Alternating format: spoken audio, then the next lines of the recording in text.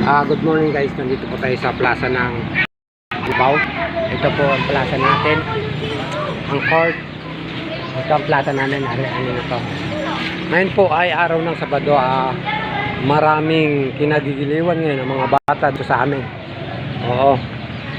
Isa sa kinagigiliwan nila ay isang ito, lubo-lobo. Ayan guys, oh. Ito isda. At sa baba mayroon sa tinda ng pugo at bibi, itik, manok, chicken. Oo. Yan ang kinagigiliwan dito sa Sitio Inapao, mga bata. Ayan, oh. Ito rin po. Ayan. Ayan, mga sisiw, oh.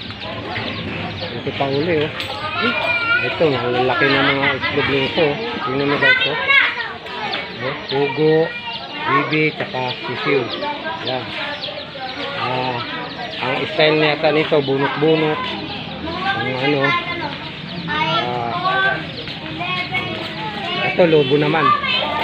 At ito naman yung pinakasiga ng Inapao. Ayan, oh. Yan yun. Kilala niya yan. Taiman daw yan, eh. Taiman. Taiman pala. Ito yung ano, ito mga bata, oh. Ayun, oh. Kung gusto nila yung mga lobo, mga laruan. Ay, pasensya na po kayo, ha. Binablog ko lang po. Ito yung mga laruan, oh, yung mga bata.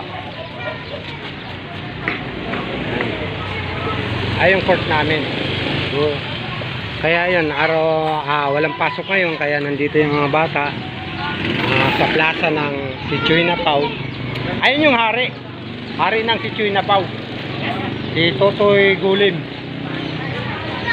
Ayan, oh. Hoy, kapatid ko! Hoy! Baka mamaya malaglag, mapagbintangan pa yung ano, nagtitinda ng lobo. Kasi kung wala siya, hindi malalaglag yung anak, kapatid mo. Para sa Saudi, bakit ka nasagasaan sa Saudi? Bakit ka pumunta roon? Yung ganun ang style, eh, ng batas.